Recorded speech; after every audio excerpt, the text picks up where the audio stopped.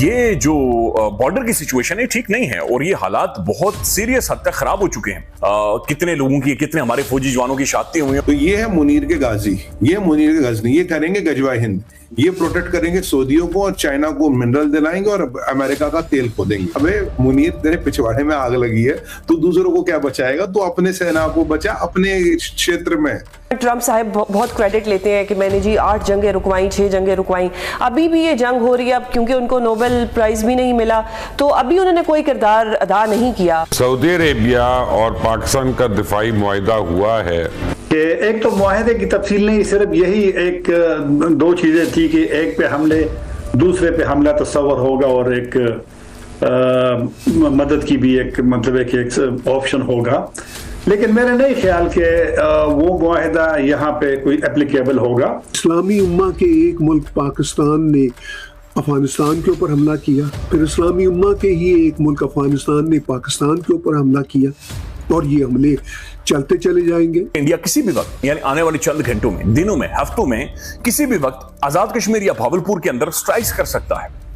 دوسری طرف وہ کہہ رہے ہیں کہ افغانستان کے ساتھ ہماری ایک فل سکیل کلیش اب وہاں پر ڈیولپ ہو چکی ہے. ڈو یو تھنک کہ کیا گورنمنٹ ناکام ہوئی ہے سفارتی لیول کے اوپر کہ ہم ان کے ساتھ وہ فرینڈلی ریلیشن رکھ نہیں سکے کہ یہ ہمارے دشمن کی طرف اٹریکٹ ہو گیا، دشمن نے فوراً سے ان کو اپنی طرف بلا لیا؟ یہ پاکستانیوں سے سوال پوچھنا بنتا ہے کہ یہ جو تم اتنے بڑے بڑے نعرے لگا رہے تھے، دعوے کر رہے تھے کہ ہم نے اسلامک نیٹو بنا لیا ہے، اور اس اسلامک نیٹو کے نتیجہ میں اب اگر ہمارے اوپر کوئی حملہ ہوا تو سعودی عرب تو کیا ساری اسلامی امہ جو ہے وہ اپنے اوپر حملہ تصور کرے گی.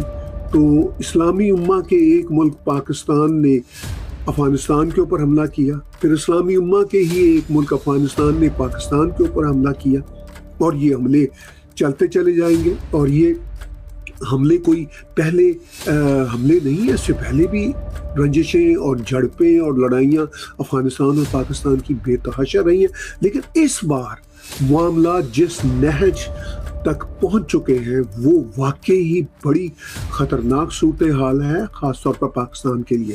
پاکستان اب محجوج دھمکیاں تو دے رہا ہے اور یہ تو بتا رہا ہے کہ جناب ہم جو ہے وہ نپٹ لیں گے اور یہ ہے وہ ہے، مگر ان کو اندازہ نہیں کہ وہ کس مشکل میں پڑ گئے. اب دیکھیے انہوں نے ISPR نے جو ایک سٹیٹمنٹ دی ہے، اس سٹیٹمنٹ میں انہوں نے یہی کہا ہے کہ جی فتنۃ الہندوستان کے جو لوگ ہیں انہوں نے ہمارے اوپر حملہ کر دیا ہے. اب سوال یہ پیدا ہوتا ہے کہ یہ سٹیٹمنٹ کتنی معنی رکھتی ہے. انہوں نے کہا کہ in a cowardly terrorist attack خوارجی belonging to Indian proxy فتنہ الخوارجی targeted police training school in Dera Ismail Khan district. The assailants attempted to breach the premier security. However, their nefarious designs were swiftly foiled by the vigilant and resolute response of law enforcement. اچھا یہ وہ ڈیرہ اسماعیل خان پہ جو ایک دن پہلے حملہ ہوا تھا اس پہ یہ بات کرتے. تو عجیب و غریب ان کا معاملہ ہے کہ اب یہ افغانستان کے خلاف مسلسل یہی باتیں کرتے رہیں گے.